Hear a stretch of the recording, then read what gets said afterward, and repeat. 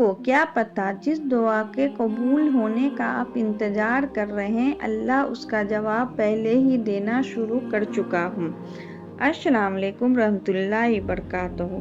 कभी कभी हम रोज़ एक ही दुआ मांगते हैं और फिर सोचते हैं, या अल्लाह मेरी दुआ अभी तक कबूल क्यों नहीं हुई।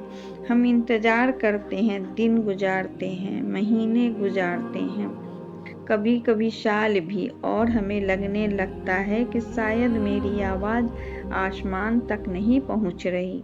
लेकिन दोस्तों, क्या हो अगर अल्लाह आपकी दुआ का जवाब दे रहा हो, बस उस तरीके से नहीं जिस तरीके से आप उम्मीद कर रहे हो।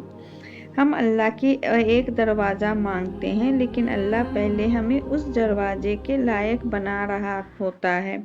हम मंजिल मांगते हैं, लेकिन अल्लाह पहले सफ़र सिखा रहा होता है। एक बच्चा कलम पकड़ना न जानता हो और उसे फ़ौरन किताब दे दिया जाए, क्या उसे समझ पाएगा? नहीं, पहले उसे तैयार किया जाता है, फिर उसे दिया जाता है। बिल्कुल इसी तरह अल्लाह भी कभी कभी पहले हमें तैयार करता है, फिर हमें वो चीज़ देता है जिसके लिए हम दुआ कर रहे होते हैं। आपने शायद अच्छी जॉब की दुआ मांगी हो और अल्लाह ने आपको सब्र सिखा दिया। आपने अच्छी रिश्ते की दुआ मांगी हो और अल्लाह ने पहले आपके किरदार मजबूत कर दिया। आपने सुकून मांगा हो और अल्लाह ने आपको अपने करीब कर लिया। क्या पता उस दुआ का जवाब हो।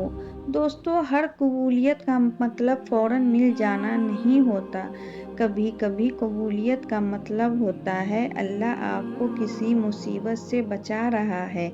कभी कबूलियत का मतलब होता है अल्लाह आपको बेहतर वक्त के लिए रोक रहा है, और कभी अल्लाह इतना बेहतर देना चाहता है कि आपकी मांगी हुई चीज़ भी छोटी लगने लगता है। इसलिए अपनी दुआओं से थकना मत, अपने रब से मायूस मत होना।